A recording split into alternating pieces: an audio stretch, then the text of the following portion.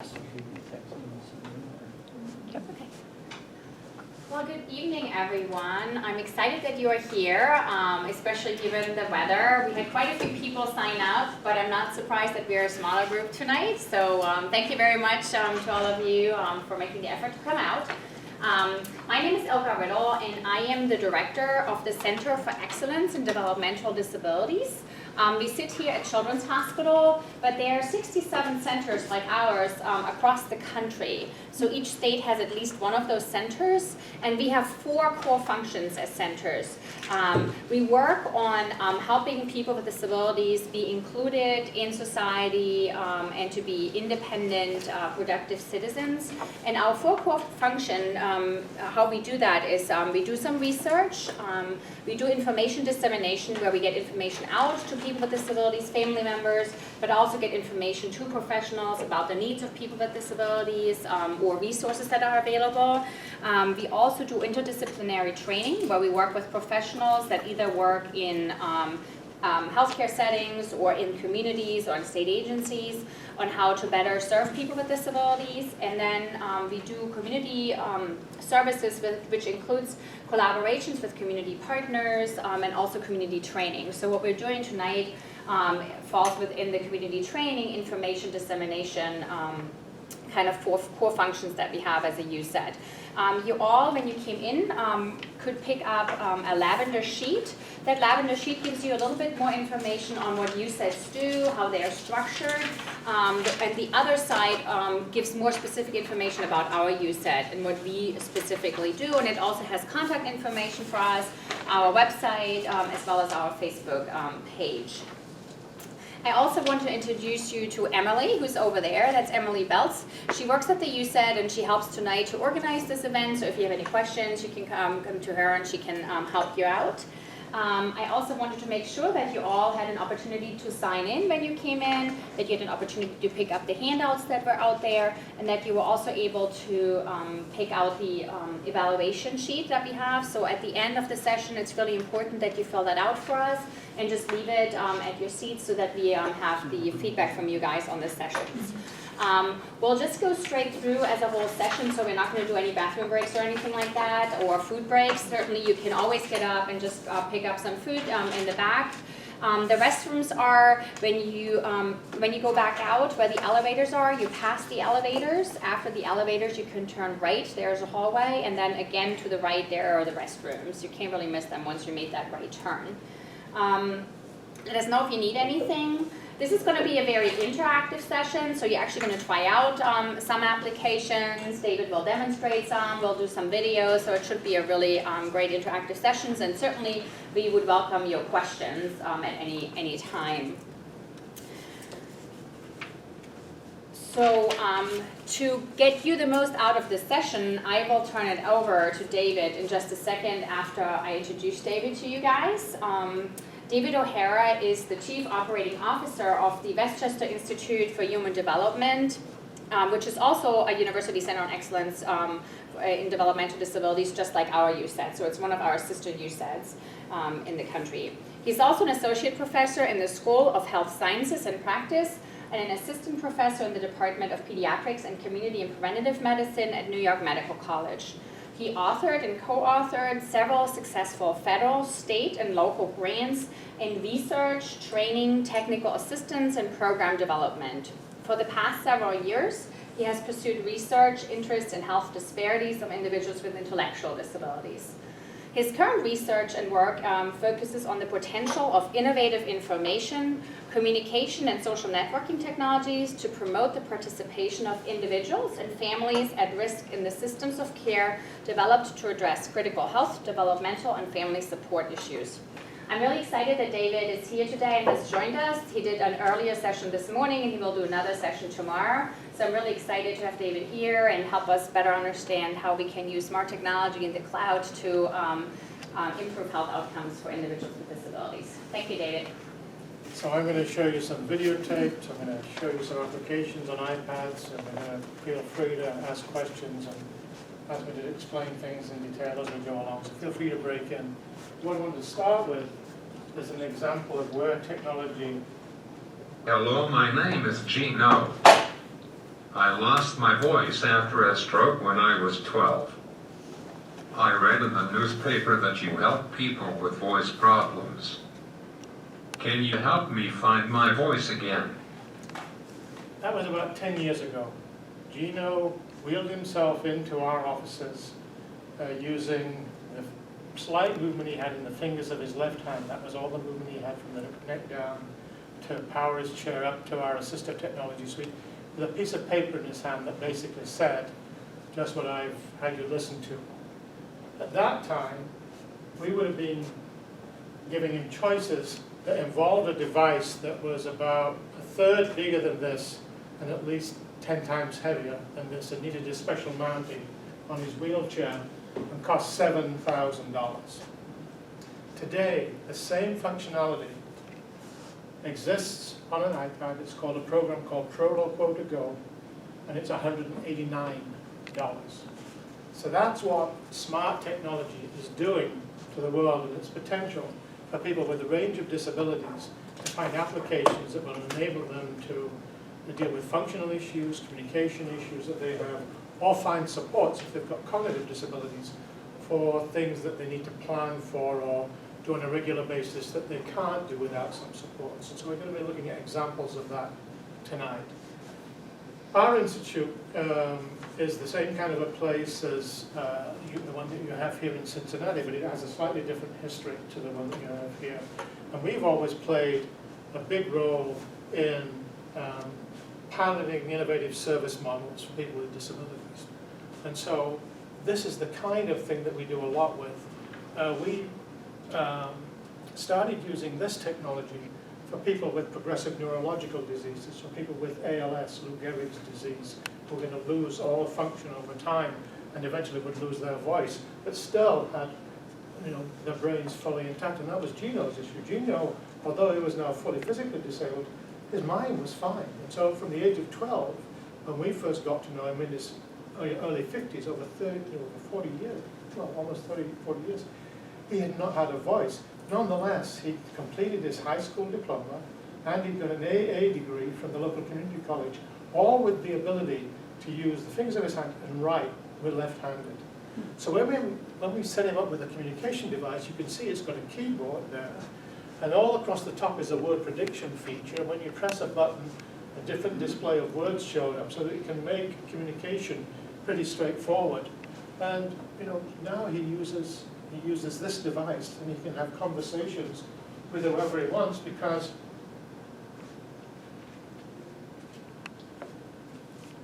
these devices all have the ability to be pre-programmed with conversational sequences that are appropriate to the different situations that the person might find themselves in. And so when Gino came to see us, and we sent him home with the device, which just had some of these on the very first time, we asked him, well, what are the messages that you'd like to have on this device that you're taking home with him? And he was taking it home to his mother, who had been his caregiver for a while. And the first two questions, things he wanted, he said, I want a beer, and then I want another beer. That's the first thing he wanted to say to his mother when he got home with this device. But the beauty of these is that for someone who has that level of disability, you can pre-program a whole slew of conversational sequences, or you can develop them on the fly fairly quickly that give you the ability to have a real-time communication or conversation with someone else. And you're talking about something that in the life of a person like that is of no consequence really in terms of the cost. We're looking at the potential of these to play parts in the lives of people who need them for particular purposes to come down to around $15 a month for both the hardware and the applications that you would need to support particularly medical issues, your ability to communicate with your doctor or follow a wellness program. We're looking at that kind of a shift in both the cost and the convenience as a result of these smart technologies. So why is it that Medicaid will only pay for the $7,000 device and not for these bypass? That's changed. That has things? changed. What you need is it all depends how you write up the justification. And Medicare, for those of you that know about paying for durable medical equipment and the rules that you have to follow to make it qualify as a medically approved expenditure, the rule used to be that unless it was just dedicated to one specific task, like helping with communication, they wouldn't pay for it. So they wouldn't pay for something that could do a lot of things. They'd only pay for the big box that costs A $7,000. lot of things that do one thing. That's right? gone. Yeah. That's gone. You now just need to know how to write up the justification, describe the situation, and now they will pay for these kinds of devices. That has changed within the last 12 months. That's a very recent change, and it's made this stuff really doable. So everything that you'll be hearing from us in terms of how we're using these for health is designed to be able to put these into the hands of someone with applications on there that can help them. And I'm going to talk about a specific health example in a minute. Use it to maintain wellness or achieve a better health outcome in a particular area, all within the per month benefit cost that an insurance plan will cover. That's our goal, to build it in so that there's no exceptional cost to having this in your life. And once you have it, then it can cover many, many different things. What I'd like to do is show you a little video now that illustrates what we have been as an organization in helping create better futures for people with cognitive disabilities. And then I'm going to be illustrating the ways in which technology can benefit that going forward. But first, there's a whole, you don't get to fully benefit from technology if it's not used for the right purposes. And so a lot of our agenda in the way that we're setting up applications on these kinds of devices to support people with cognitive disabilities is designed to support them making decisions for themselves, making choices for themselves, being more independent. And I'm going to show you how we're developing applications that are designed to prompt and coach that. But first I want to give you a flavor of who we are as an organization and what we have been and what we do. And since you know Mitchell, you'll enjoy this one.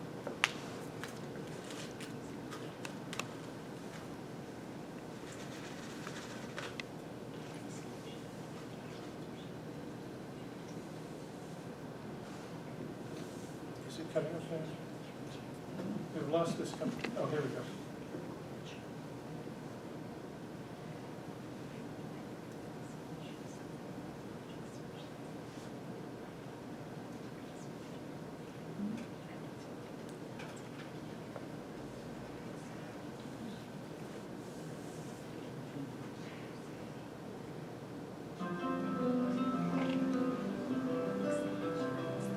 Eight days after Mitchell was born, we found out about the diagnosis of Down syndrome. He is my first son. It was very devastating. I had all kinds of dreams to oversee the family business and the house and a kid to play and do things with, and I realized, oh my God, I'm not going to have these opportunities. At 6 months, we heard about this program that started, the WIHD, and we went down there. They just started working with them, and we said, oh my goodness, maybe we will be able to do things. I received both early intervention and speech therapy, and that's when I learned the adult skills, like how to count, how to walk, or how to spell. 13 years later, he had a bar mitzvah. He read Hebrew, and I don't think my chest has ever sunk back to the size it was from the prior to that day. When he graduated high school, his class gave a standing ovation. Me and my friend of mine, I co-authored a book called Carolson, Growing Up with Down Syndrome, and we talked about our experiences growing up with Down syndrome, and we talked about different issues that were very important to us. He got invited to the White House, and I said, you can't go without your dad. Come on, you can't go without your dad. So we went down with him. People in the community should have their minds open and realize that people with disabilities are individuals. To go from, at 10 years old, just for really learning to speak, to doing live television and radio, and being able to be understood so clearly is remarkable. We have a meeting coming up next month. Now I'm a staff member at WIHD. I'm able to reach out to other people who may need those services that I have received, that I have benefited a long time ago. Are you talking about the working with Mitchell is in one way like working with anybody else here. We all have high standards, and Mitchell's perspective is so incredibly valuable. Just as a follow-up from early on, So much of his success has come because of the years he spent getting service at WIHC. I'm proud to have two parents who were able to tell the doctor that they wanted to take me home to be close to my family. I'm not one of the people that they could just throw me around, let me to do an institution. I'm not that person. I'm not that type of person that you could just walk all over. Because I have parents who loved me, who cared about me, and they did everything for me when I was much younger. So we have to put 2 screws in here. Yeah. The dream was never as good as what we got. And usually the dream is the better picture, and life is different. In this case, the dream was what it was, and life is with him has been so much better. Good ride. It's been a good ride. Definitely. Mitchell is going to be a key player in the way that we bring technology into the lives of young adults particularly, but others with cognitive disabilities. Because what we're finding, in particular we're finding this as we plan our transition activities designed to help people make the move from school to adult life, from pediatric care to adult health care, is that there are really, you need 3 people at the table to make it work well. You obviously need to support the young person themselves in being able to make that transition and be more independent, not just in healthcare, but in other areas of life as well. But what we're finding from the focus groups that we ran with parents and with young adults themselves about what are the key issues that you're dealing with, what are the questions you're having trouble getting answers to, things like that, was that families ended up saying to us there are 2 things that we really need from whatever you develop to help this transition process move along. We need to know that we have a really good plan. So we want you to give us something that we feel some confidence in terms of giving us some guidelines, some signposts, some benchmarks that say, yes, you're on track toward making an effective transition.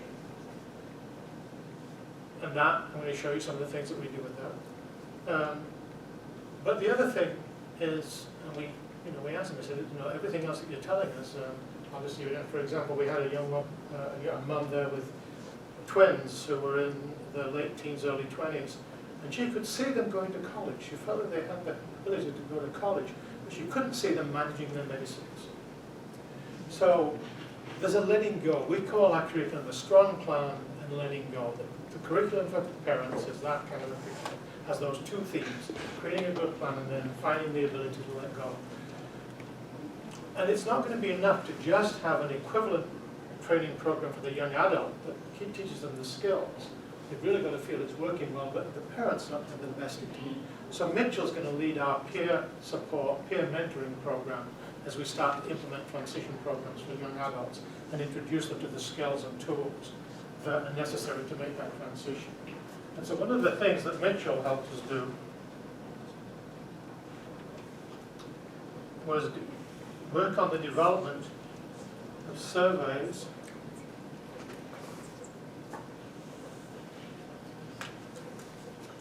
remember how to do this, it's coming. There we go. One of the most valuable things that we felt we could do to move this whole process along of helping people make effective transitions to adult life, young adults, is give them the ability to say for themselves what's working and what's not working in our lives.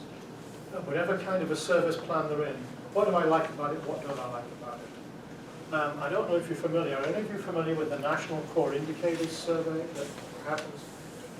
So, one or two of you. There is a national survey that goes on across all the states almost in the US now, in which people with disabilities, people with cognitive disabilities, are asked to say, how do you find the services that you're getting? The way those services are designed right now, they're paper and pencil kinds of surveys, and you have to have some minimum literacy ability to engage with them. And so typically, a proxy, a parent, a caregiver, someone else is asked to complete the survey for the person. The person may be there with a disability, but usually it's a proxy-driven survey process. We've taken issue with that, and we've said if you really want these surveys to reflect the issues that the person themselves is concerned about and how they're experiencing things, we have to create accessible surveys that they can complete themselves. And Mitchell was a part of a process of completing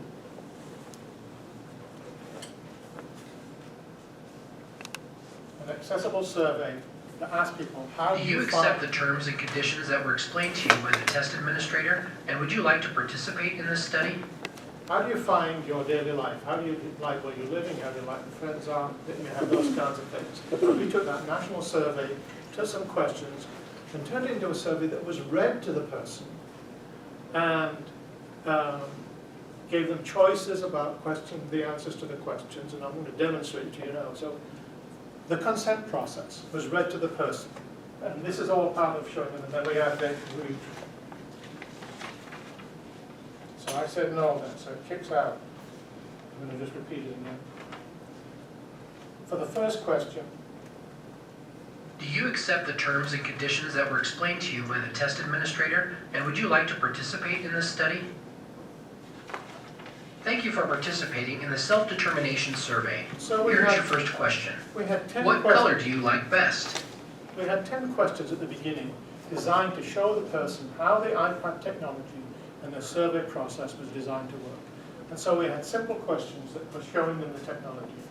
So Blue, green, red, yellow, pink. you can hear what your choices are. You can hear what the answer choices are before you make your selection. If you didn't understand the question the first time it was read to you, Thank you for participating in the self-determination survey. Here is your first question. What color do you like best? if they didn't understand it, Which of these colors is your favorite? or you can put an alternate language in there. You can make it in Spanish or any other language. So this survey is very adaptable to different communication abilities as well as the... So I'm going to choose Irish green. Are you a male or a female? Again, you can listen to the Female. answers. Male. Male. How old are you? Oh, I guess I can't tell lies in this. Over one. 60 years old. Can you talk? Yes. Definitely. Do you have problems seeing or hearing? If you see and hear okay with glasses or a hearing aid, please answer no. Yes. Do you have problems using your hands? No. Do you use a wheelchair? Yes. Where do you live? Let's keep going. At home with my family. How many people live in your home, counting yourself? 1 or 2 people. Which of these statements describes you? I am not Hispanic or Latino. How would you describe yourself? White. Is someone helping you take this survey? Someone from the survey team. Who chose the place where you live? So we use the first questions to help the person figure out how to complete the answers to the survey. And by the time we get to here, we've reached a point where we can say, do you feel comfortable going on with the survey on your own? In the environment that we work in, we want privacy. Often there are going to be caregivers around that know this individual. So we provide people with headphones that allow them to listen to what's being read, and they only will hear what the questions are and hear the responses that they're choosing. So we make sure that there's a privacy element. And then when we've got to this place, we've taken this to 2 self-advocacy meetings nationally, one in Kansas and then another one in New York. And of about 300 people in those 2 settings where we piloted this survey, less than 10% could not complete the survey on their own. But what was more powerful than that was the expression on people's faces when they were asked questions like this for the first time in an environment in which they provided the direct responses to the survey. This has become a very powerful tool for us in thinking through how we design health promotion applications, this ability to get direct feedback from the person whose behavior you want to change or who you want to ask how well are you finding our guidance in changing your health behavior, to give us direct feedback. because what we know, what's effective in patient education, is the more that you can get direct feedback, the more you can empower the person to communicate with their team, the better it's going to work out. So Mitchell was one of the interviewers, training people to use these surveys and complete them. I chose. Who picked the people that you live with? I picked them. Who picked the people who help you at home? I do not have anyone helping me at who decides how you spend your free time. People help me decide. Who chose the place that you work, volunteer, or go to day program? Who picked where you work or go to program? I do not do any of these things right now. Who chose the people who help you at work, when you volunteer, or at your day program? Someone else chose. Who decides what to buy with your spending money? I decide. Who decides your daily schedule, like when you get up, when you eat, and when you go to sleep? People help me decide. Who chose your case manager or service coordinator? I do not have a case manager or service coordinator. Did you eat out at a restaurant in the last few weeks? Did you eat at McDonald's or another restaurant in the last few weeks? No. Yes. Yes. Did you go out for exercise, like walking or to a gym, in the last few weeks? Did you work out or do some physical activity in the last few weeks? No. Did you go shopping in the last few weeks? Yes. Did you go out on errands or appointments in the... Yes. Did you go out for entertainment in the last few weeks? No. Do you have a job in the community that pays you money? Do you work for money at a regular job? No. If you don't have a job, would you like to have a job in the community? Yes. Do you like your home or where you live? Yes. Besides your family and staff, do you have friends who you can talk to or do things with? Do you have people besides your family and staff who you hang out with or go places with? What would you think would be the average response to that question among the people living in any kind of a group care setting? No. No. Over 80% of people responding to that kind of a question, there's more than that one, in this survey process, report feeling lonely. Because there are other questions that get into feeling lonely. That is one of the biggest issues that we face going forward in the lives of people with cognitive disabilities who are living in any kind of a supervised situation, whether it's at home, with family members of the main people that they interact with, or particularly in other kinds of settings, they feel lonely. Other things that we'll show you a little bit later on are designed to take direct aid at that issue. And this is all part of it, to give people opportunities to speak for themselves. No. Can you usually see your friends and family when you want to see them? If you want to see your family and friends, can you usually do it? No. Can you go on a date if you want to? This includes going out with your husband or wife. We had to change that question from the original question because there were a couple of people who, when asked that question, said my wife would kill me if I went out on a date. So we had to make sure that it included their spouse. Yes. When you want to go somewhere, can you usually find a way to get there, like getting a ride or taking a bus or van? Yes. Does your case manager or service coordinator usually help you to get what you need? Does your case manager or service coordinator usually get things done for you? Yes. No. I don't have a case manager or service coordinator. Can you change the services you get if you want to? No. Do you get help if you have a problem with one of your support workers? Yes. If you are old enough and want to retire, which means stop going to your job or day program, are you allowed to stop? No. When you go to the doctor, do they talk to you so that you can understand what they say? Do you understand what your doctor or nurse tells you? No. If you don't like your doctor, can you pick another one? No. If you take medicine, do you know why? No. Do you get the support you need to speak up for yourself? Yes. Do your support workers know about the goals you have for your life? Do your staff understand your goals? What's in your plan? No. Do you feel like you have enough privacy at home? No. Have you talked with your family or the people who support you about who should make decisions for you if you can't make them for yourself, like if you are too ill? No. Has your family or the people who support you talked with you about plans for the future? No. How did you decide on your answers to these survey questions? How did you answer the questions? Someone else told me. Congratulations, you have completed the survey. Thank you very much for your time. Please press the Survey Complete button to close your survey. So we took this to the self-advocacy conference, and we gave people little stickers that showed they completed the survey. And I think we hit almost everybody by the time we finished, just because they, we just found this a really great opportunity. There were people, one woman went away, we had someone from Nebraska there, and they'd been working with these iPads, and they'd taken this survey, and the whole group of people from Nebraska had taken the survey on this iPad. And then we heard from them when they went back to Nebraska, whatever agency they were with, they all ended up with their own personal iPads after that, because we were showing other applications as well. So it became a real game changer. But what we do then at the end of this is there's an opportunity for the person, like a Mitchell, who's watching the person complete the survey, decide how much support that they needed, or to just indicate that they were the person helping them with the survey.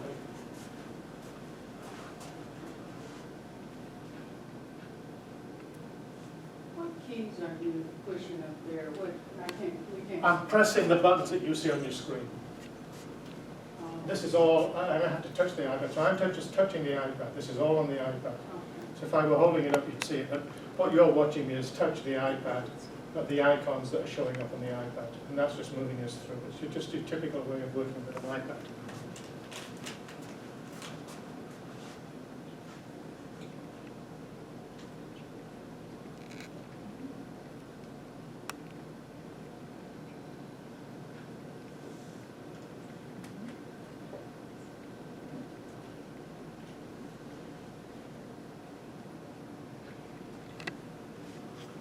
So we have taken that technology and taken it into two other areas besides this, where we felt it was really important that we know what the person themselves thinks about the services that they're getting and how well they're meeting certain goals for them.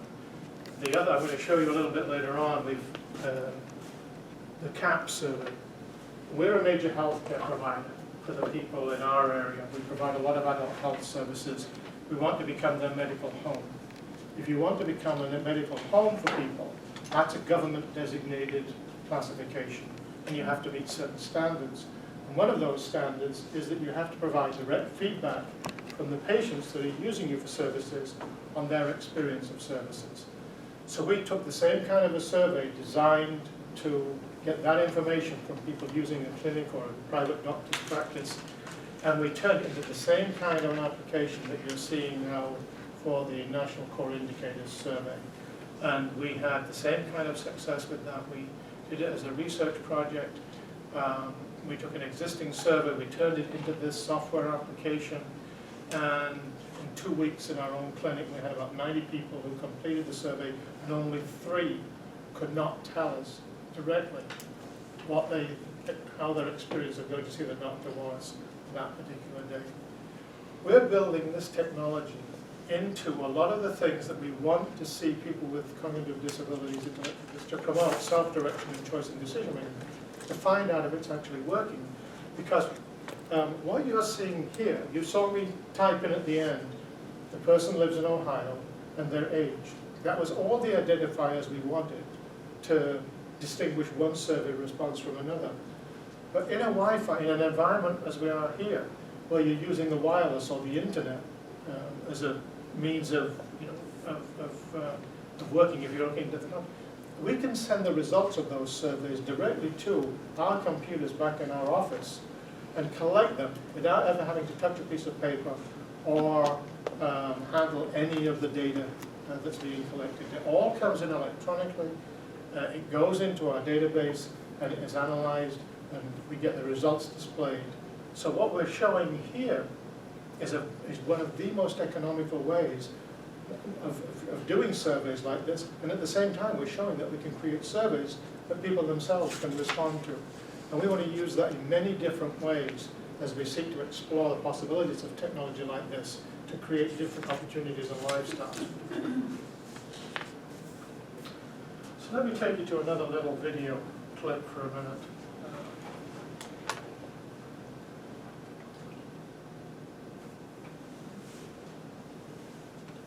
It shows you a little bit more of what we're doing to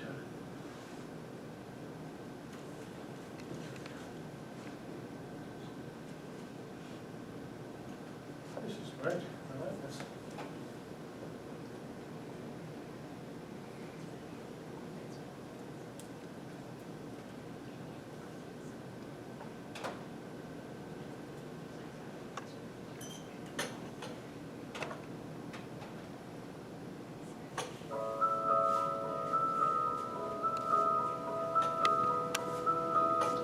When we applied for a grant from a foundation to develop transition planning services for young adults, and we said we were going to promote self-direction and choice, self-advocacy, they asked us before they would award the money, how do we know you can do that?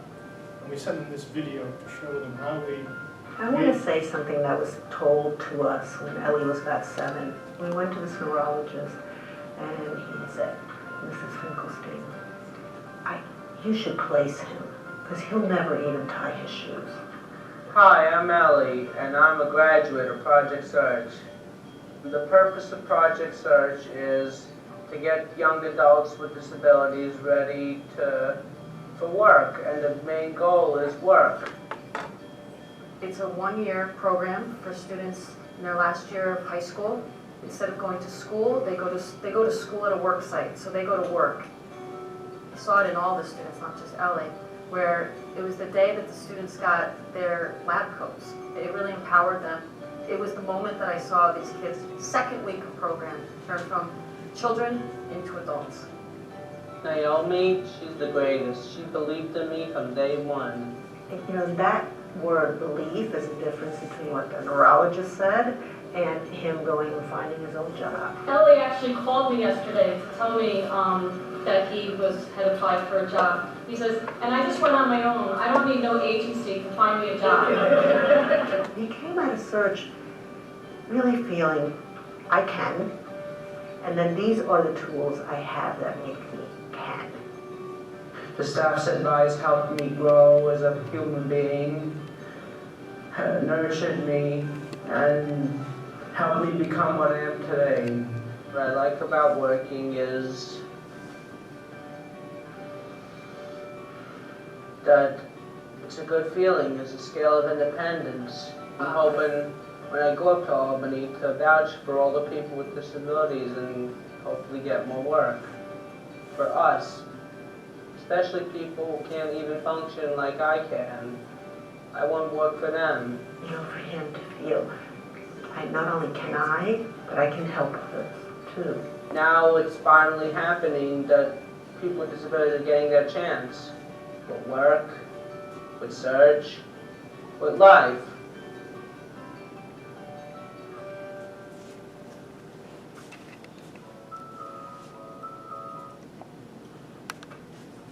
Are you familiar with Project Surge? It started here in Ohio, so you must know it. You know how critical this whole approach is. And that particular, the youngsters that you saw there were, in our mind, a sort of a challenging group of youngsters because Ellie and all of the others, they were all at that point living in a residential treatment setting. They were not living in a group home, they were living in a residential treatment setting. They'd been there for some time. They all had serious mental health issues for some period of time. In the year before we started this program with them, which is a last year of school program, each one of them had been hospitalized for some period of time. During the year in this program, not only did they mature in the way that you saw Ellie mature, but there were no serious mental health episodes at all. Their health status improved dramatically as we put them through the program. As you know, it's this last year of school program. You're in environments where you have opportunities to learn real job skills under supervision, and you rotate through different settings. And the idea is that by the end of that year, you do have the ability to go out and articulate what kind of work you can do and demonstrate to a potential employer that you have the skill set. But on these devices that you'll get to play with in a little bit, we have other things that complement that. And so let's say that you do in fact see a job that you like, and you know, some people have very realistic expectations. One of the young people, the one that you saw handing out the tickets at the entrance to the parking lot, he wants to be a janitor. He feels as though he'd make a really good janitor. But we have janitorial services, so he's teamed up with the janitor. But then when he's going to go work on his own in a new environment, on iPads like this, you have the ability to create a unique job coaching video that walks the person through with a job coach, the setting that they're going to be in, the routines that they have to follow, and coaches them with the particular job skills that are necessary to hold down the job. So all this can be on this kind of a device. The other thing that can be on this kind of a device, because they're GPS enabled, is a set of transportation guidelines. So if they're going to take the bus, that prompts them and coaches them where to get on, that it's the right bus that they're on, where to get off, a video clip of getting into that. So on this, you can have a set of material that prompts and coaches people how to navigate the world in whatever way they choose, whether it's health or employment or anything else. And then we can also use these little questionnaires to find out how is it going. All without having to paddle a piece of paper, sit a person down in an interview environment. We can all do it dynamically on this kind of a lab. It is changing the potential worlds that we can create for our young people dramatically.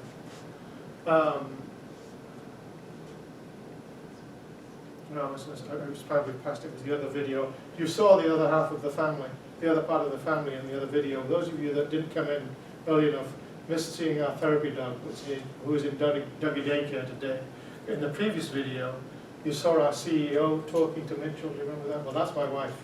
So she's the CEO and I'm the CEO, so you know what that means. I get to do everything that she tells me to do. It's one of those honey-do situations, but in the other environment. So we've had a long partnership putting this together and had a lot of fun, but having the therapy dog there sort of leavens things a little bit from time to time, which we need. I'm going to do a couple more little things like this, and then I'm going to let you look at some of the specific applications on these and just play with these themselves, so you can see how they come together.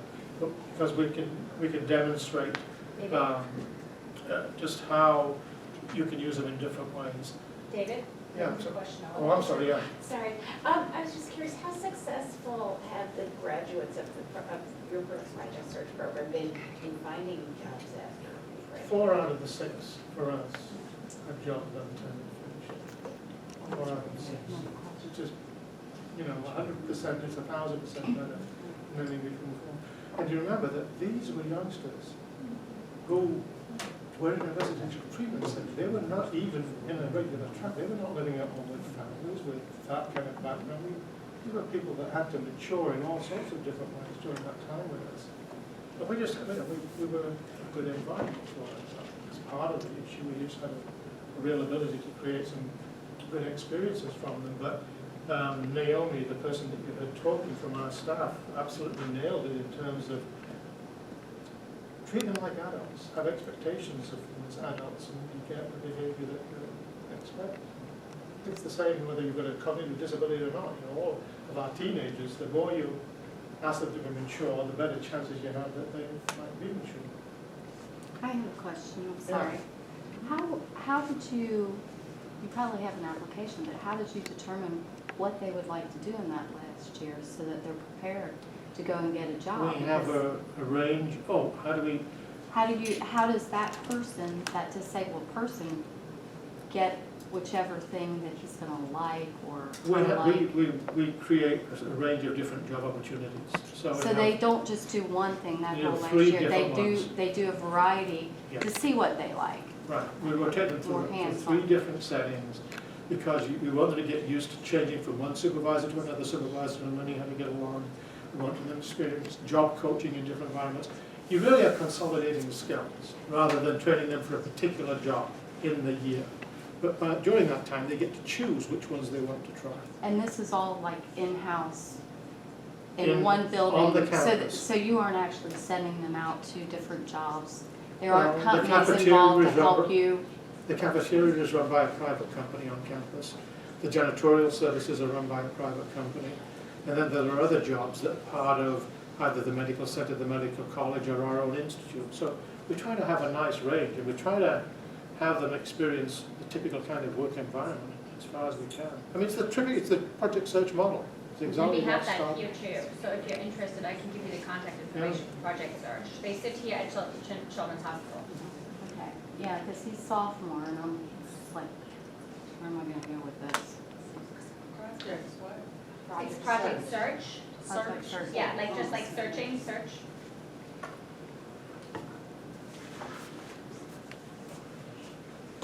So I'm going to show you one more video of something else that's relevant to this, and then I'm going to show you the other survey, and then I'm going to play with the archives and look at specific applications that are designed to achieve what we're talking about here.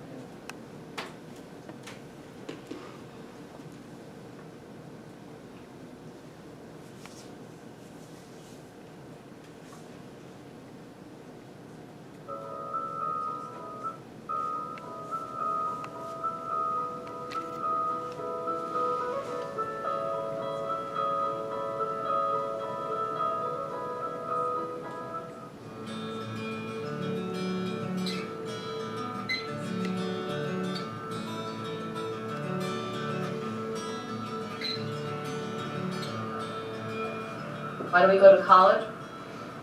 We go to college to gain skills to become productive members of society.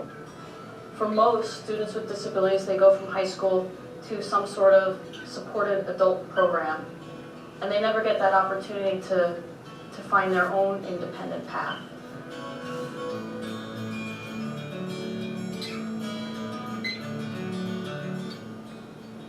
My name is Sam. I want to go to college because I want to get an education, learn how to make friends. Well, Sam was the pioneer of this program at Iona. He was the first student. His goals are those of any 18-year-old. It's to get out into the adult world, to move out of our parents' house, to get a job, and to be happy. You have a college working with a high school, working with an adult agency, working with WIHD, with us, to provide that assistance. Can you describe a typical day at Iona? Walk over from my house to Iona, go to class, take 2 classes, and do some extra work. We're working on social and adaptive skills, basically how to integrate into college life. I think colleges have a tremendous role. We're here to help students learn, all students learn. It's a natural place for us to be helping developmentally challenged children and young adults to move in here and gain the skills that they need to move out to the workforce and have a productive life. You do need somebody, a faculty member and administrator, who's really going to take charge of this program and really nurture it and grow it. What sets apart Gales Rice from other programs is that it's truly a person-centered plan. It's all about the students. It's really about getting our Gales Rice mentors, our graduate students, so involved with our students on campus. The students in the special ed graduate program are learning so much working directly with students with disabilities, which is what they're here at school for. So to have that practical aspect of their learning applied to everyday life is meaningful. It's just a win-win for everybody. Being a part of the program has changed me. Our main purpose is for them to become independent. Sometimes I do go to class with them, make sure that they are on task and focusing. Sometimes it's not even about the class that they're taking. It's time management, trying to become more social. I want to make sure that they succeed. Nick is working at the libraries. Why do you like working? So I can get somewhere in life. I can try and get a job in the future. And I feel more independent. At my internship, I work at the Wellness Center. I'm learning everything about health and how it is and what is important about it. To be included on the campus of an integrated community within New Rochelle, it's a completely different way of thinking of what's possible. We're also college students. You know, we're still in school ourselves, and they know that, and you know, we have class, we have homework, and I think that because we're similar to them, they respond to us. Everybody's in their, you know, early 20s. This was their age group. We made sure that they all had iPhones so that they could start getting involved with what everybody else was doing. I think it's eye-opening for the whole campus community to see all of the students in their classes, at their activities. I think it changes their concept of who a person with special needs is. The fact that they've become an integrated part of this college community. All of a sudden they recognize that that's an expectation for them, and I'm not sure they ever realized that was an expectation for them before. And so it's incredibly powerful. It's incredibly motivating, and what I've seen is it's life-altering.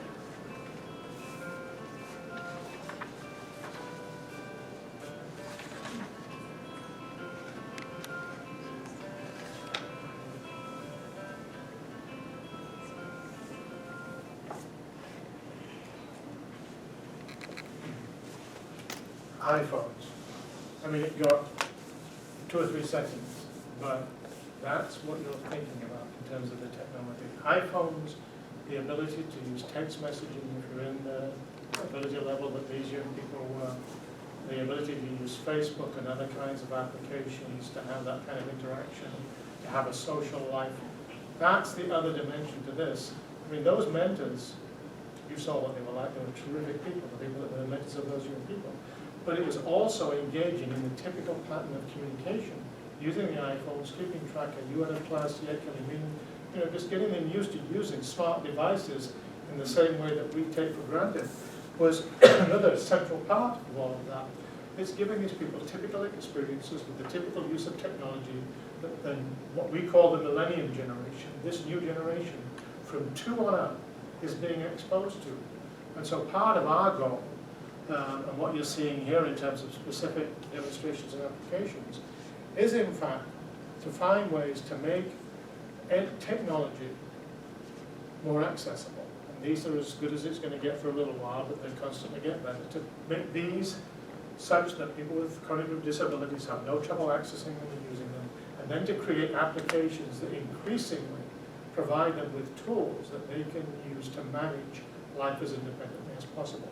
Now, it's all, I started in this field a long time. We won't go too far back in time. But we had Apple IIGs, you know, we had the little apples. And we were working with people living in residential settings, and one of the immediate issues we were dealing with them was the fact that people with limited cognitive ability, with limited communication skills, people on the autism spectrum, those kinds of, they often had significant behavioral issues. They would, they would want challenging and have challenging behaviors in those settings. We would go in and we would just program those simple computers to create choice-making opportunities for people, playing games about what they would like for dinner, or when they would like this, or what they would like to do next, which TV channel to watch. And so you can make sure that using this kind of technology now, you can hit any ability range you want in terms of giving that person some measure of engagement in the daily routine and the daily activities that they experience, and give them choices about where, when, and what they're going to do. It doesn't matter what the level of cognitive ability is. And then you have the range of outcomes that you just saw here. You know, if a person's on an employment track, you have that option. If they're on a post-secondary, you have that option. So everything that we're doing is both to enhance the power of these to promote direct participation and engagement, get some feedback as to whether or not it's working, but also create a full range of possibilities for people. We're following a Centers for Disease Control model when we look at the potential of technology. And if we talk about health now and our goal for health, in the health world, one of the most interesting research projects several years ago was living well with a disability. And it really was focused on people with physical disabilities who were at high risk of developing secondary health conditions if they didn't deal with lifestyle issues in a successful way. And so this model, Living Well with a Disability, put a workshop-driven process together in which you would bring people in, same issue, we all have some disabilities, that have the potential for really serious secondary health problems developing. But we have, we have to manage those better. The whole program started with no reference to the disability, to the health issue at all.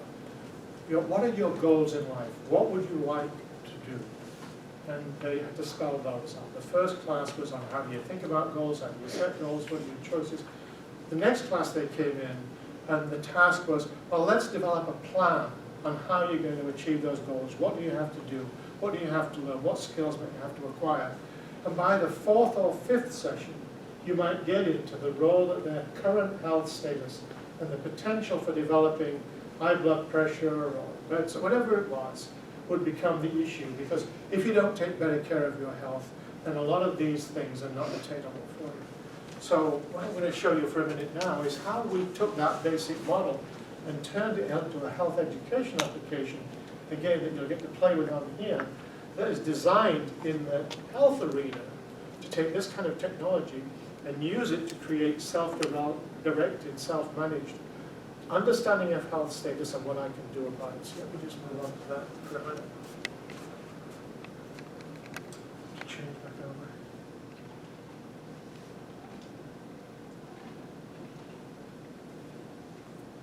This is great. I like it.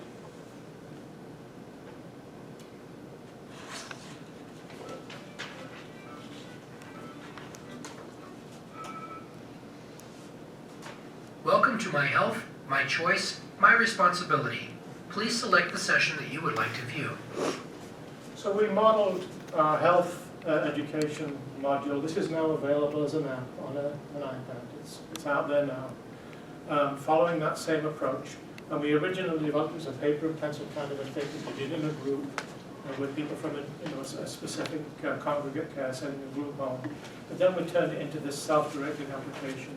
And as you can see, we had a series of topics. So let's take a look at one of the sessions. And for that, I'm tapping on my iPad now on the box that... Session 3, Be a Health Self-Advocate. Please select the activity that you would like to do. If you need help, please click on the question mark at the top of the page.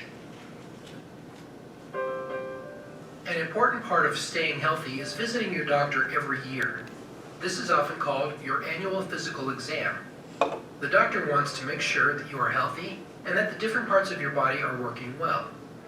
Here is what usually happens during your visit.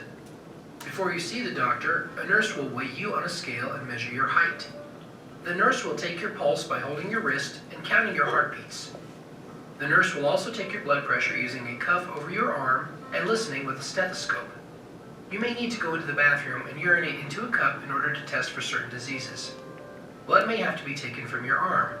Although the needle may pinch at first, it is quick and doesn't hurt while the blood is coming out. It helps to look away. Remember, your blood gives the doctor important information about your health. Now the doctor will begin the exam. The doctor will look into your eyes, ears, nose, and throat. The doctor will listen to your heart and lungs with a stethoscope. The doctor may also feel your stomach and look at how you stand and walk. The doctor will need to touch you in your private areas to make sure all your body parts are healthy. You may feel scared or uncomfortable, but this is an important part of the doctor's job. The doctor will also ask you if anything hurts you. You should tell the doctor about any pain or problem you may have, or if you are not feeling well. You can tell the doctor if you are worried or afraid about something. Remember, the doctor cannot tell anyone anything you say unless you say it is okay. The doctor may ask you about the work you do or what you do to have fun. The doctor may also ask how much you exercise and what kind of foods you eat. Be honest. Remember, the doctor's job is to help you stay as healthy as possible. When the exam is over, the doctor may want to talk to you about your health.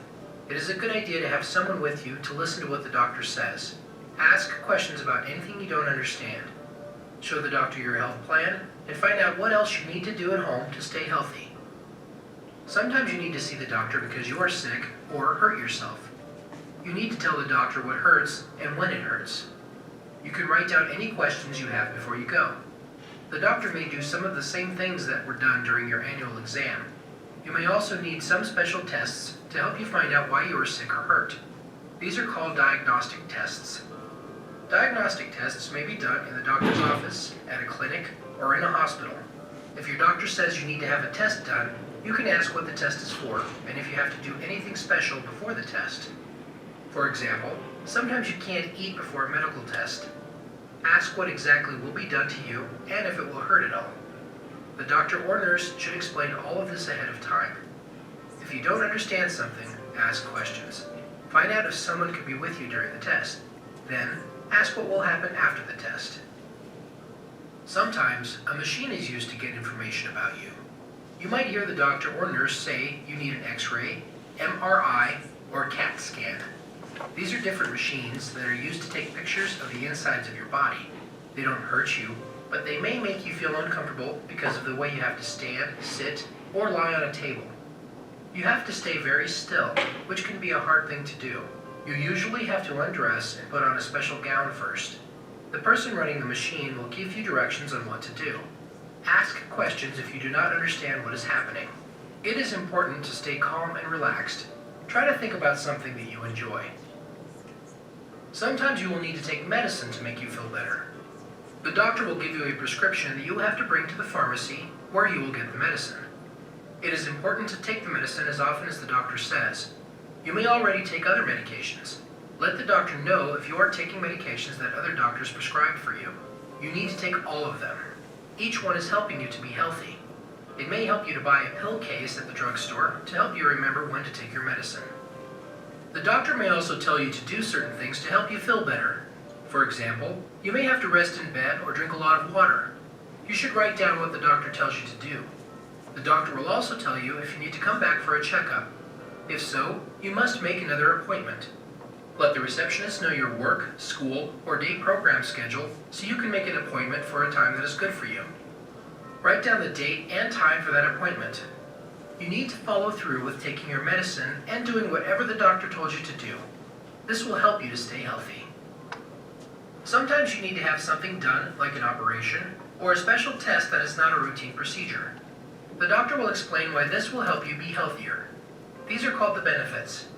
The doctor should also tell you what possible problems could happen during or after the procedure. These are called the risks.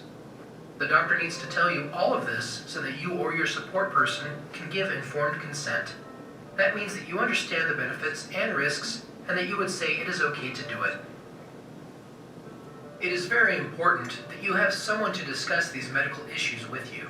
A family member or trusted friend would be a good choice. You will need to sign a consent form. If you have a guardian, that person will be signing the consent form. In either case, you should discuss with your support person or guardian what will happen and how you feel about it. If you do not have a guardian, you should name someone as your healthcare agent who can make decisions in case you are not able to do so. For example, while you are under anesthesia during surgery, the doctor may decide to do something different and will ask your agent to consent. You need to complete a healthcare proxy form in order to name an agent. Your doctor, hospital, or health department should have these forms. Before any procedure is done, make sure all of your questions are answered. If you feel strongly that you do not want to do it, let the doctor know how you feel. The doctor may try to help you understand why it should be done, or he or she may suggest doing something different. Do not be afraid to speak up. Sometimes it is hard to talk to doctors or nurses because they are very busy. That is why it is helpful to write down what you want to say and then read it or show it to the doctor. You can also ask questions that you think of during the visit. It is important to know that the doctor cannot tell anyone anything you say unless you say it is okay.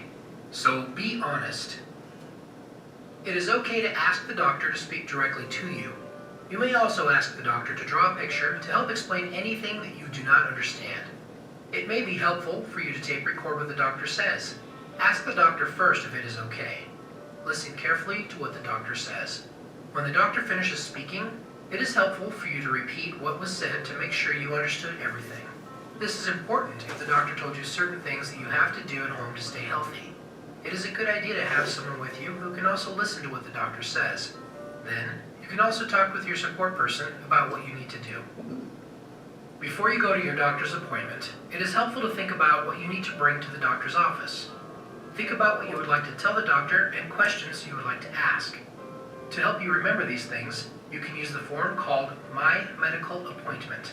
On this form, you can check off what you should bring to the doctor's office. For example, it is important to have a list of your medications and your insurance card.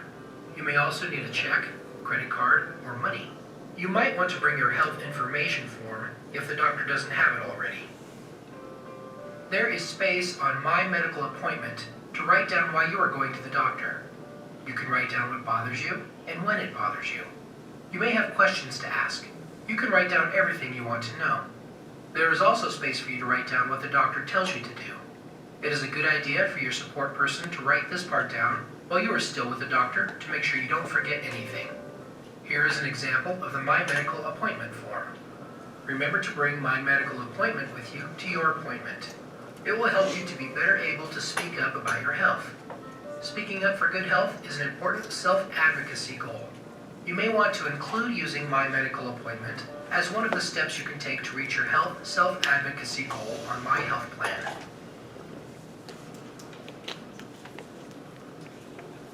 Now that was version 1 of that. I'm going to let you play with things for a little bit, and then we'll talk. We're now on to version 2 of this, because that was a lot of content to take in, and it wouldn't work. It worked when we were doing it in a group environment where there was a coach with it and you can handle it, but it's too long. So, these cost money to create, so we've left this the way it is until we've got some new funding to go to the next one. But we're going to use something very similar to this that you're looking at here.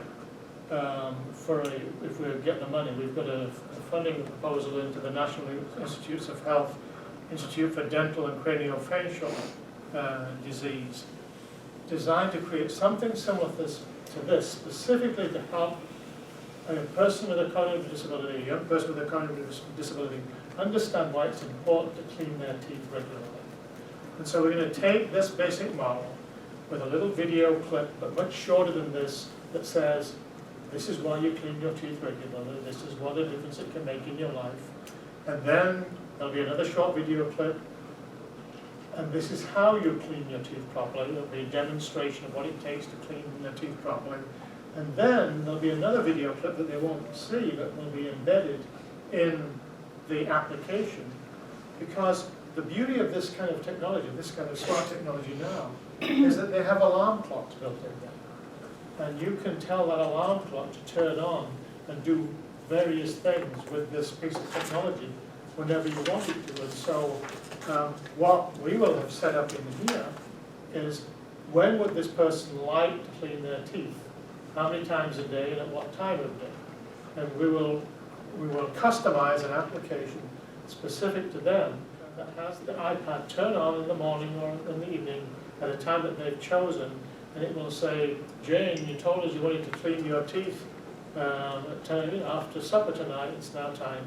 You need to go into the bathroom and get your toothbrush and toothpaste, and then click the next button, and there will be a 2-minute tooth cleaning application that will pace them through the 2-minute tooth cleaning experience.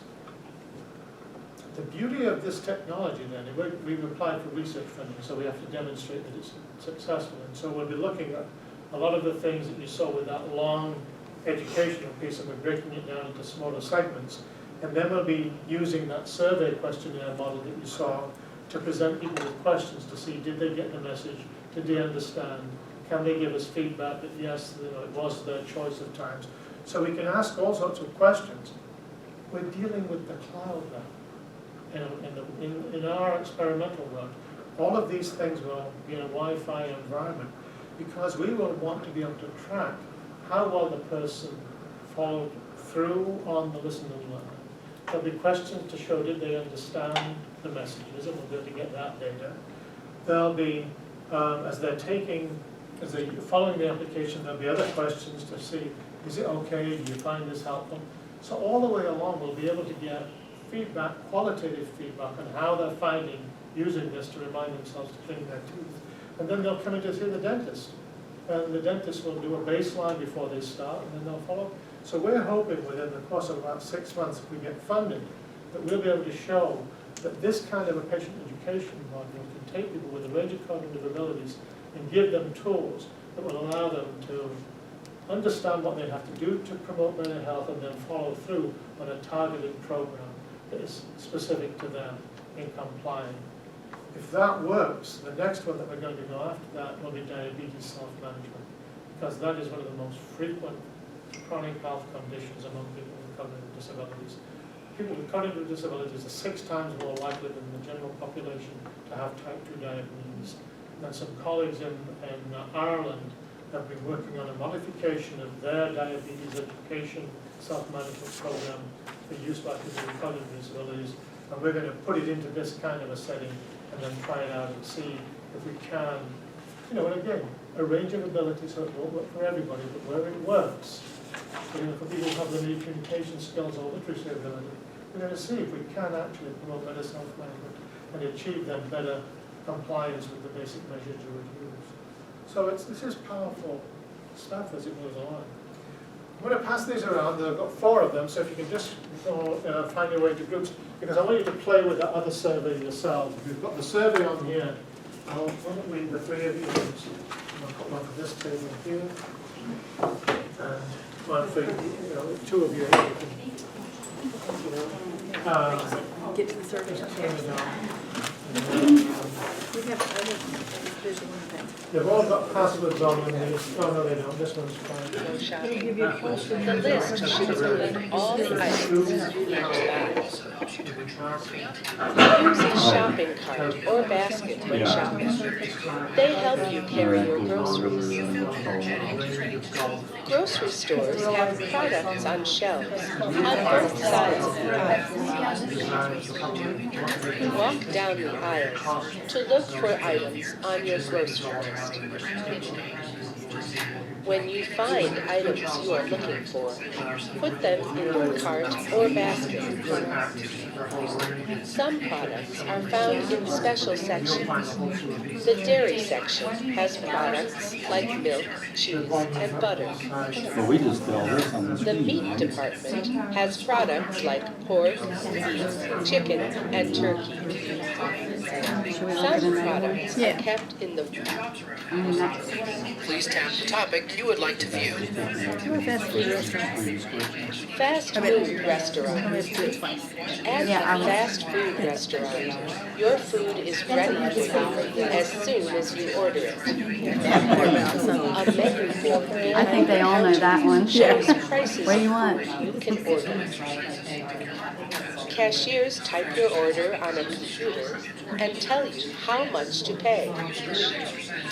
Then the cashier puts your food on a tray. Yeah. Do you mind? No, absolutely. Please tap the topic you would like to view. Oh. Expression. I wonder what that one's about. When I think, oh, that would be good too.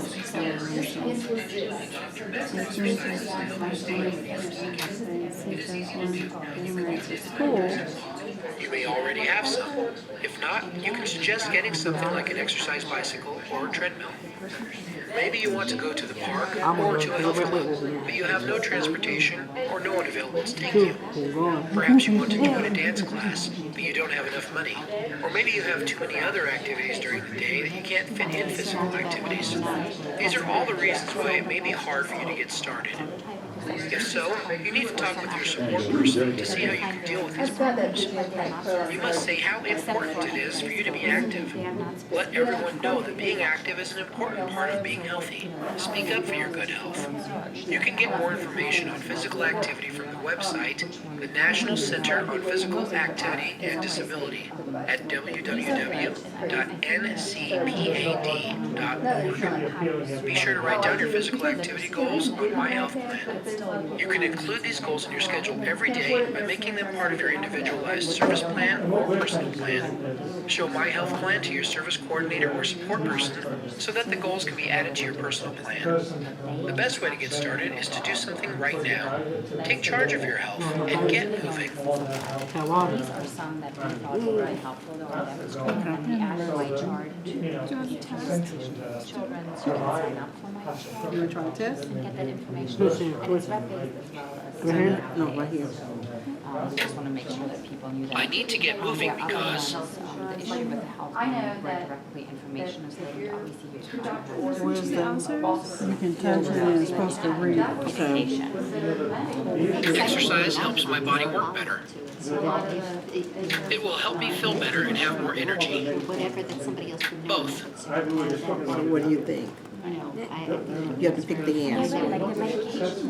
Well, let's listen to the game. Exercise helps my body work better. Does it? Okay. It will help me feel better and have more energy. Okay, so Both. both, two, okay. They didn't it. Which of these activities is healthier for me to do? Sort of like you show visually, so you Gardening. Lying on a sofa. So which one helps you? Healthier. Which one is healthier? Okay, push that one. Gardening. Because a lot of times, like, Which of these activities is healthier for me to do? Watching TV. Bike riding. Which one is healthier? Bike riding. Okay, next. Which of these activities is healthier for me to do? Going for a walk. Playing a video game. Which one is healthier? Playing a video game. Or Going for a walk. which one is healthier? Going for a walk. Next. Which of these activities is healthier for me to do? Taking an exercise or dance class. Staying in bed. So which one should it be? Taking an exercise or dance class. When I don't feel like exercising, He exercised a lot. So let's repeat this when I again. don't feel like exercising, one way to get moving is. Did you hear that? What is it? When I don't feel like exercising, one way to get moving is. Ask a friend to do something with me. Go back to bed. So which one is healthy? Ask a friend to do something with me. If I don't have transportation to an activity in the community, I should. Because they didn't ask which one is healthier. You made that screen. Ask my support persons for help with the problem. yes, it's there, but we're not. Stay home and do nothing. That's like I'm telling you, everything is If I don't have transportation to an activity in the community, I should. So if you don't have a ride, you should do what? Stay home and do nothing. Ask my support persons for help with the problem. Ask my support persons for help with the problem. An important health goal is watch TV all day. Put physical activity into my weekly schedule. Great job. You're all done with the test. 100%. Give me the ride. Oh, he did good. Oh, you going next? Ways to get moving. Yeah, I think it's the way the questions asked. You made it better. For him to get it. No, anybody. I mean, they didn't ask you. Ask a friend to do something with you. They said if you don't have Try doing something transportation, different and fun. and you said what would be healthy, because that's really. Make a list of activities you might enjoy doing in your home and in the community, and include them in your weekly schedule. Ask your support persons to help you deal with problems like transportation It's or just, money. and it's a fantastic. So in other words, you have to go through the whole series Active is to get to those questions. get a coach or trainer to help The you. whole series. Include physical activity as a goal on My Health is Life.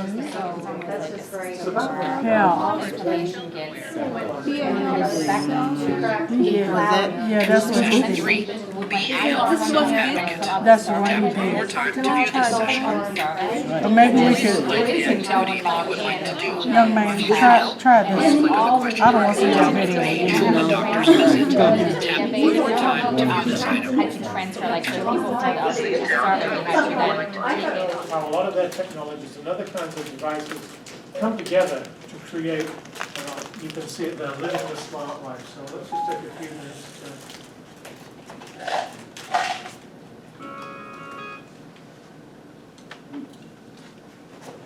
Oops.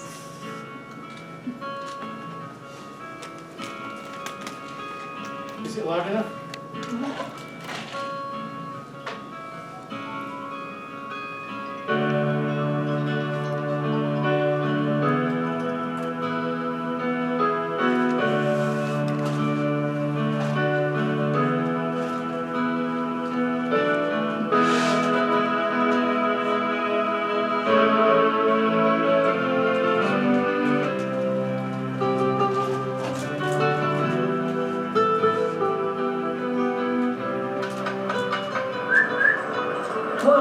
Time to go home. Time to go home, girl. Okay, can you go home? And then it's just for one day? Yeah. There we go. Be up at that, so I don't feel trouble. Good.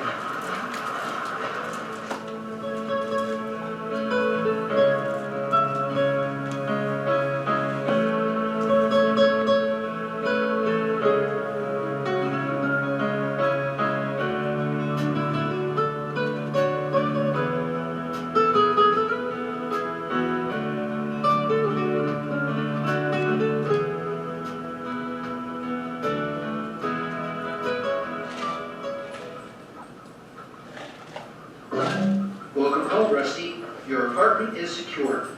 Take it easy on. Come on, Rita. Come on, Rita.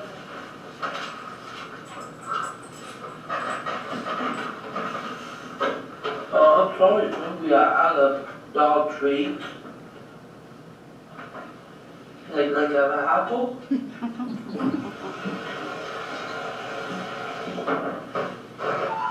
You have new email from Cindy. I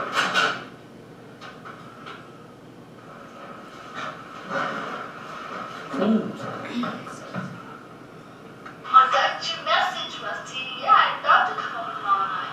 Make something good. I'll be hungry. Rita, what to do?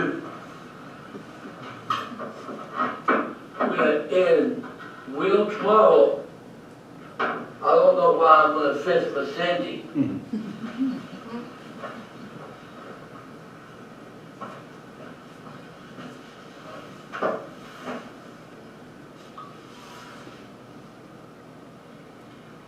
Hey, Uncle Rusty. Hi. Hey, Mom. It's for you. Bye.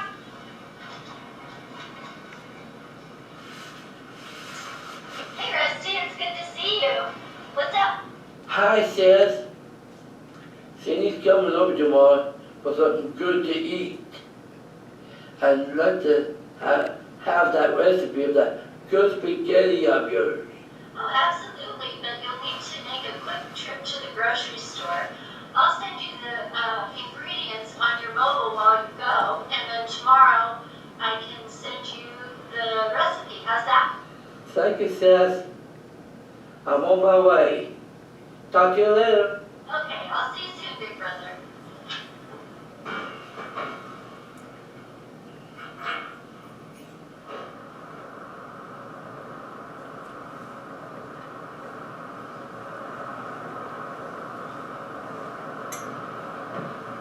Safety alert. The stove is on. What?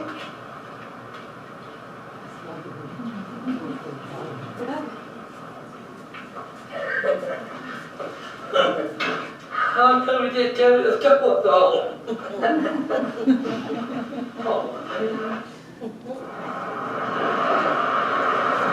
This is hard. Your phone call. This is hard. Touch me. Hi, sis.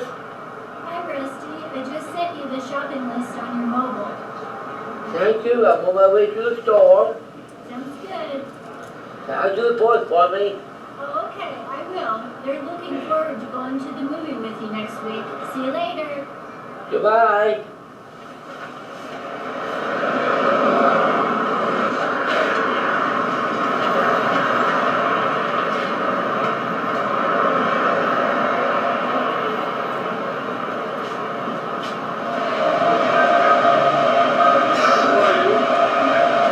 This is not your stop. Don't get off the bus.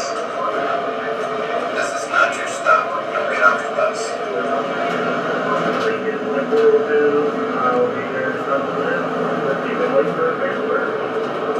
Okay, it's time to signal your stop. Okay, it's time to signal your stop.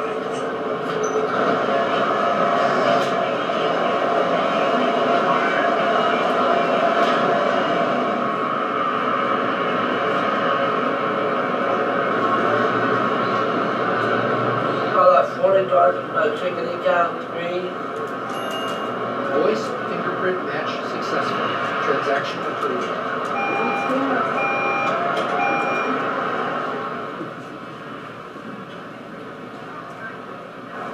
Here's the shopping list. Press next to start.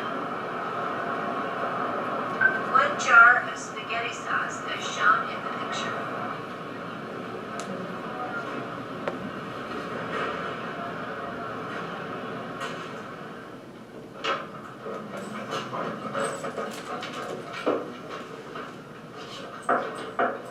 Hi, girl. Did you miss me? Well, girl, we got everything we need. See? I did not forget you, girl. And here.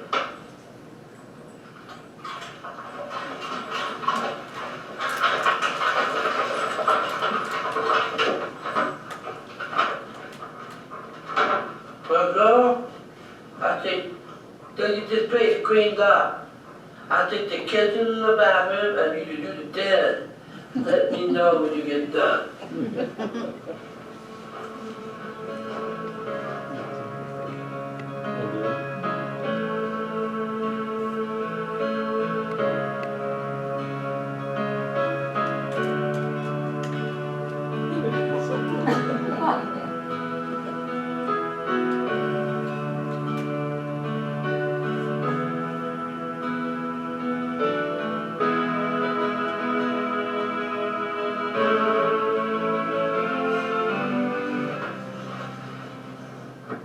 Yeah, that's a lot better.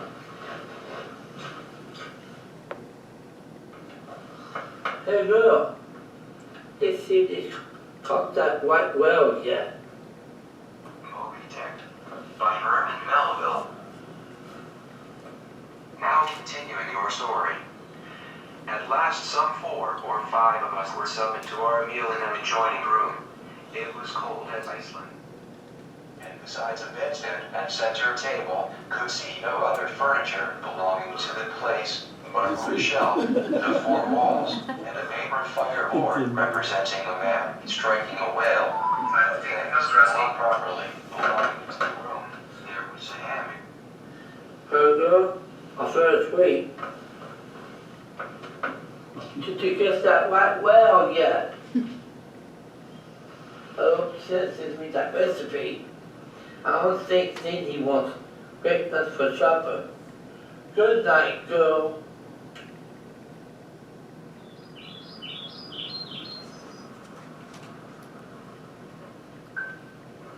Things to do before leaving for work.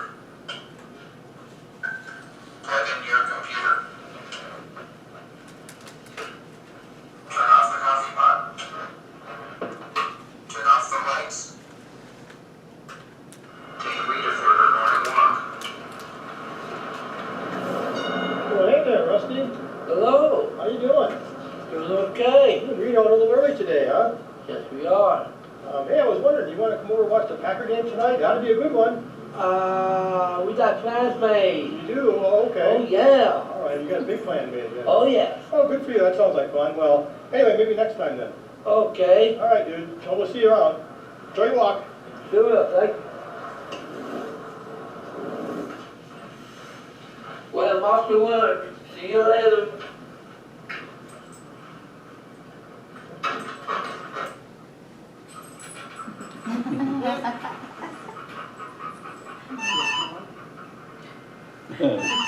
Rena, I thought I told you stay off the bed.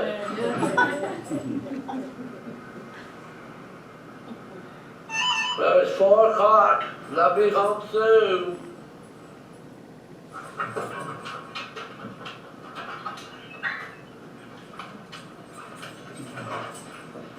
Hi, Rena. Oh, you'll get done already. Well, I hope my sister sent me that recipe. Here's my recipe for spaghetti.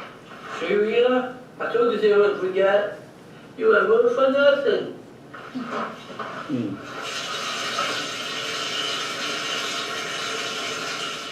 First, put the hamburger in the pan.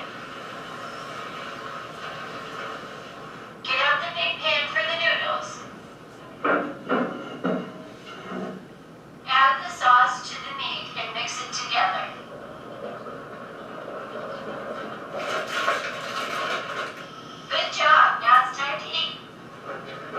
some music.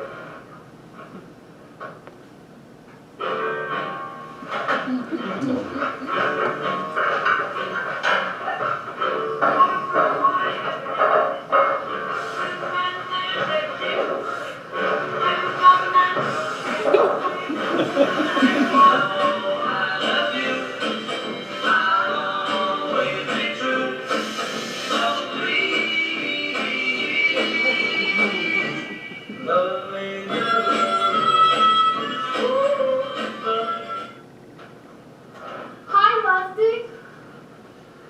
You look really nice today in turkey too.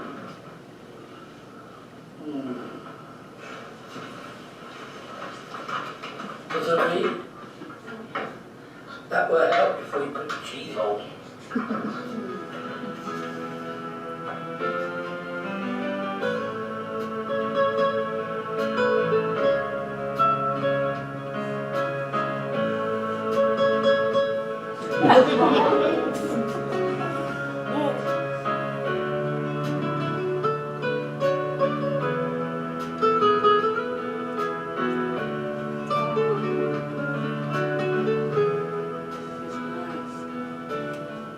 Well, Cindy, I finished up in here. You should turn the picture Ruby.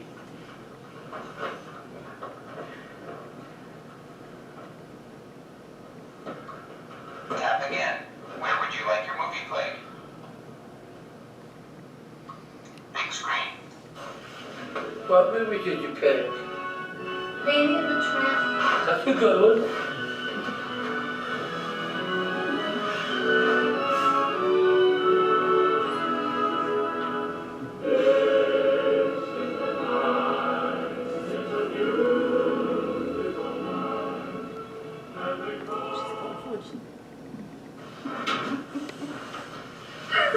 How many pretty well did that girl?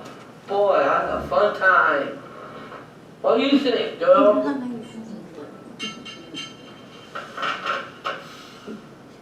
Click here to send an email. Now pick the picture of the person you want to send an email to. Start recording your email message after you hear the beep. Hey, Seth. Thank you for the recipe. Cindy really likes your spaghetti. Wait, what's he left to say? So I can think what I'm on.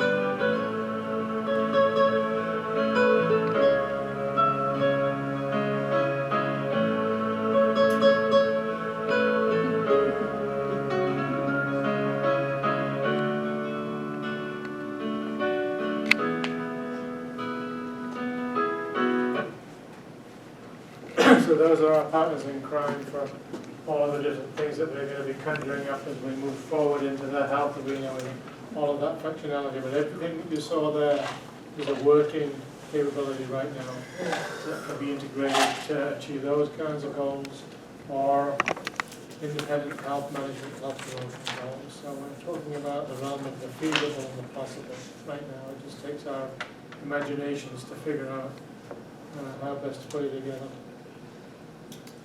So it's working capability, but is it available to people yet? Oh, yeah, this is all. Oh, really? This is all, they have this, you might have packages, you know, what you're looking at there Yeah. with the recipe thing is you can create those things on the fly, instructions on anything like, any task like that that you want in the software applications that they have already developed. Is April Link a free application? They have some, but not mainly, because they're a for-profit business. Their living depends on creating this stuff and being able to market it. The stuff that we're talking about with them essentially will be free to the end user because we'll be using government funding to create it. You know, that's what we're doing. But what we're aiming for is the ability to take that same idea and take a person that has a blood pressure issue, is not getting enough exercise, is overweight, has diabetes, and create an equivalent daily routine looking like that, in which the same prompting, coaching, video reminders take them through a wellness program that they want to have to complement the lifestyle program. And you saw how much that promoted social engagement and independence and navigation and transportation. So, you know, we're talking about the realm of the possible. I don't know if there's any more.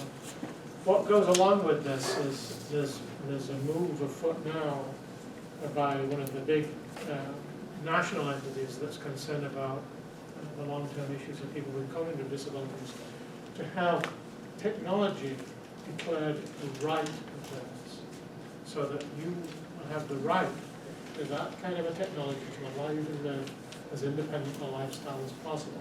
Because it's only through the technology that you can get access to the resources, the information, the prompting and coaching capabilities that you need to deal with that cognitive disability. It could be a TBI, it could be you know, an intellectual disability, it could be some early onset dementia, it could be almost anything that you care to name, in which is some cognitive limitation that you're experiencing. A lot of us have signed on to this now. There's a bit of a national campaign to really get all the key players, government in particular, to understand that access to this technology should be around. And you see it in schools now. We're working with schools that from pre-K on up are equipping classrooms with these kinds of devices. If you have a youngster on the autism spectrum in New York, you would also have a device that went into the home with the youngster, because that's the educational model that they're willing to pay for and support in New York. So it's moving fast. We couldn't have done this 2 years ago. We're looking at what's come together in the last couple of years. It's really terrific. Really encouraging to be a part of that. So that's our show tonight, folks. Thank you. You have a sheet with a few apps that are currently available that are free. They're not specific for individuals with developmental disabilities, but they work. So we pulled some for you that are, you know, vetted ones that we think are useful. And then certainly we will let you know as some of the things, David hasn't mentioned all of the things. This morning we had a session for community professionals, and David and his organization are working on some prototypes that, you know, once they are available, we will send that information out to people and we'll promote those things so you know what's available and what's specific for adults and adolescents with developmental disabilities, you know, apps that are useful. So we will certainly let you know once they come down the pike. Obviously now that this is, you know, moving along, we will have more of those applications. It's very difficult to find them at the moment if you search for them in your iStore or Android stores. But we hope that some of the information that David shared is useful to you. Some of the apps that we gave you here are useful to you guys. And then I know that some of you had asked about Project Search. I will just send out a link to you guys to Project Search so that if you are interested in it, you can look it up and you can contact somebody there. And then certainly if you have any questions, let us know. You have our contact information. And then finally, please leave your evaluation forms out here so that we can see what your feedback is. And we thank you very much for coming tonight. First of all, it was late in the evening and it was on an evening of an impending snowstorm. So thanks very much for coming out and thanks for being with us tonight. You'll also be sending them 2 PowerPoint presentations in which we do take you through about 50 or 60 different applications that currently exist that are relevant to different kinds of issues for people. And we tend to use iPads with the ones that are free and the cost and what their functionality is. And they're all ages and stages and range. So you'll be getting that from Elka as well. So we'll give you a lot of additional information. Yes, absolutely. So you will send, I will get you one email. It's probably going to come sometime next week where we have all of those attachments of the presentations, where you have some of the apps, where we get you the information. All right.